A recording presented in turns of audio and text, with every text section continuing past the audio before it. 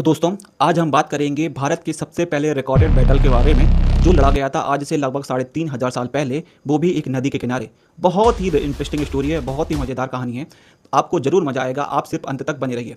तो बात ऐसी है कि आज से लगभग 3,500 साल पहले भारत में आर्य संस्कृति विकसित हो रही थी और भारत का जो समाज था वह कबीलों में बटा हुआ था। तो जो कबीला होता था उसका हर एक मुखिया होता था, हर कबीले का, उसको राजा भी कहा जाता है। तो इसी तरह एक कबीला था जिसका नाम था भरत कबीला, उसको तीर्थसु कबीला भी कहा जाता है। तो इस कबीले का राजा था और उस राजे का नाम था सुदास। सुदास का एक पुरोहित था और उस पुरोहित का नाम था विश्वामित्र, जो अपने गुस्से के लिए, जो अपने हठी स्वभाव के लिए जाने जाते थे।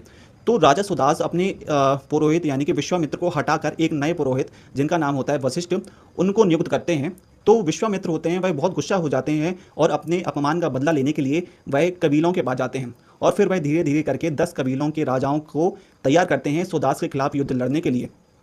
तो जो 10 कबीलों की सेना वह जाती है पर्युषणी नदी, जिसे आज के समय में रावी नदी भी कहते हैं। तो 10 राजाओं की सेना और राजा सुदास की सेना के बीच एक भीषण युद्ध होता है रावी नदी के किनारे, और इस युद्ध में राजा सुदास 10 राजाओं के संघ यानी कि यूनियन को हरा देते हैं।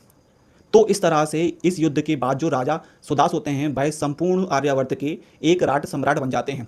तो इस युद्ध की जानकारी हमें मिलती है ऋग्वेद के 7वें मंडल से, और इसी जो राजा सुदास का कबीला है यानी कि भरत कबीला है, इसी के नाम पर भारत देश का नाम पड़ता है भारत, ऐसा इतिहासकार मानते हैं। तो दोस्तों, यह कहानी थी भारत के सबसे पहले युद्ध के बारे में।